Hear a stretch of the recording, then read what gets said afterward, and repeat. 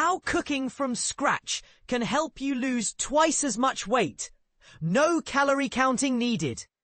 Imagine losing twice as much weight just by swapping your pre-packaged meals for something you whip up at home.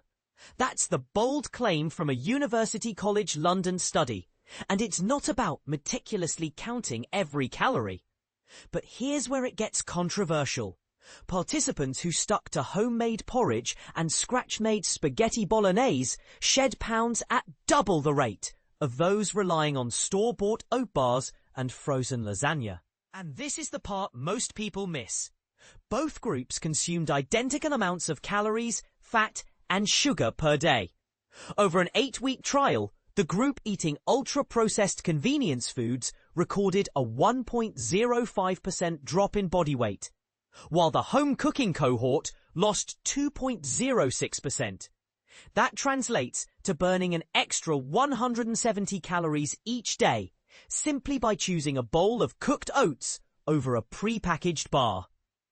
Or stirring your own tomato sauce instead of microwaving a ready meal. Why does processing carry such a heavy penalty? According to senior study author Professor Rachel Batterham, heavily altered products can dull your natural fullness cues, triggering stronger cravings and unplanned snacking. In contrast, whole foods, think fresh fruits and vegetables, pulses, nuts, lean meat, fish, eggs, and plain dairy, offer richer textures and nutrient profiles that help you feel satisfied longer.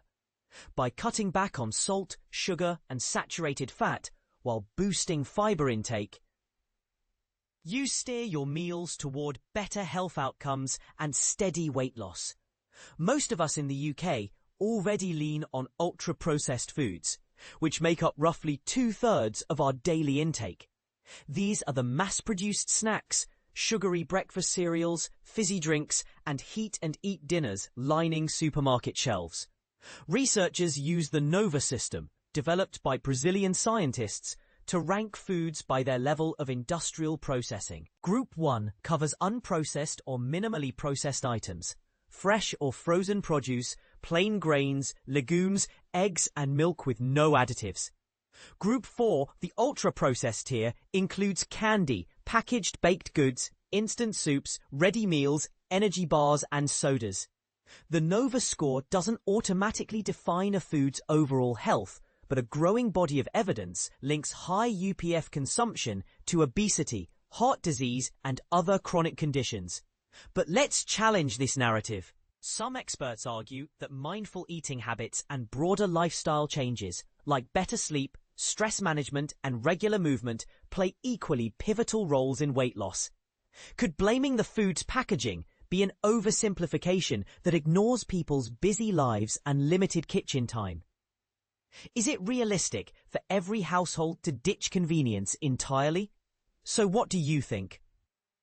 Have you experienced a real difference between cooking from scratch and relying on ready-made dishes? Does this study change your perspective on convenience foods, or do you see other factors at play in your own weight journey? Let us know your thoughts, tips, or counter-arguments in the comments below. Home cooking versus ultra-processed foods. Study finds weight loss difference. Imagine this. The secret to shedding pounds might be as simple as returning to the kitchen and cooking your meals from scratch. That's right. A groundbreaking study has found that people who opt for minimally processed foods and home-cooked meals lose significantly more weight compared to those who rely on ultra-processed and ready-made options. But here's where it gets controversial. The study also suggests that the current global food system, dominated by multinational corporations, is largely responsible for promoting obesity through the widespread availability of cheap, unhealthy food.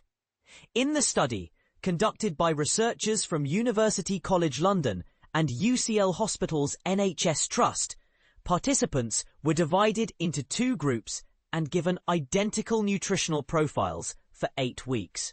The first group dined on ultra-processed foods, UPFs, like breakfast bars and ready-made lasagnas, while the second group enjoyed minimally processed options, such as oatmeal with milk and homemade spaghetti bolognese.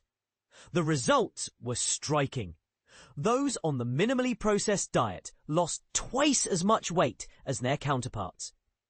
Professor Chris Van Tulleken, an author of the study and the book Ultra-Processed People, sheds light on the broader implications. He argues that the focus on individual responsibility for diet and health needs to shift towards addressing the environmental factors that contribute to obesity, particularly the influence of large food companies in shaping our food environments.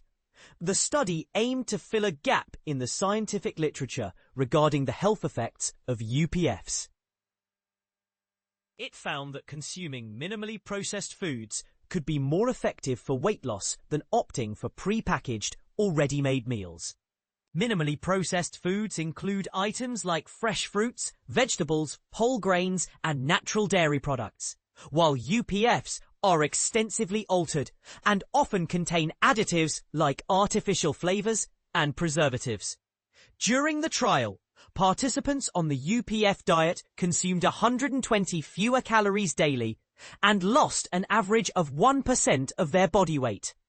In contrast, those following the minimally processed diet consumed 290 fewer calories and shed 2% of their weight, including more fat mass. Extrapolating these results over a year could result in substantial weight loss, up to 13% for men and 9% for women. Dr. Samuel Dickin, the lead author, acknowledges that not all UPFs are inherently unhealthy.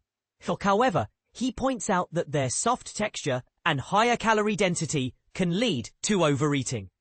This aligns with the study's finding that participants experienced fewer food cravings and improved self-control on the minimally processed diet. The study design involved 55 adults with an average BMI of 32, indicating obesity. Each participant followed one diet for 8 weeks, returned to their regular eating habits for 4 weeks, and then switched to the other diet for another 8 weeks. This approach allowed researchers to compare the effects of both diets directly within the same individuals. The diets were carefully balanced according to the UK's Eat Well guide, ensuring similar nutritional value. Participants were provided with more calories than they needed and instructed to eat as they normally would. They also completed questionnaires to gauge changes in food cravings and self-control. Based on their findings, the researchers advocate for policy interventions such as warning labels, marketing restrictions, and subsidies to promote healthier eating choices. Dr. Adrian Brown emphasizes that the cost of living crisis exacerbates the challenge of making healthy food affordable, with nutritious options often priced up to twice as high as less healthy alternatives.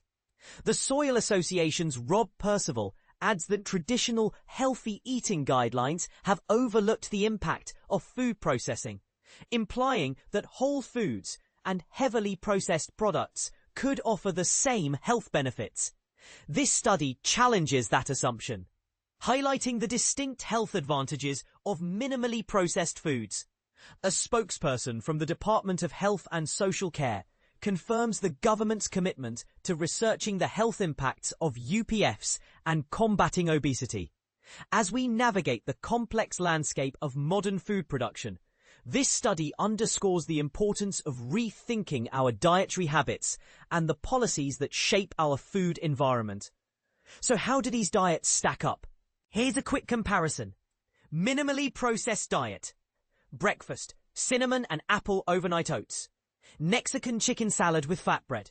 Dinner, home-cooked cottage pie with green beans and corn. Ultra-processed diet.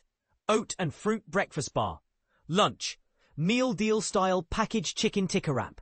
Dinner, ready-made cottage pie with greens and corn. What do you think? Does this study change your perspective on the role of processing in your diet? Share your thoughts in the comments.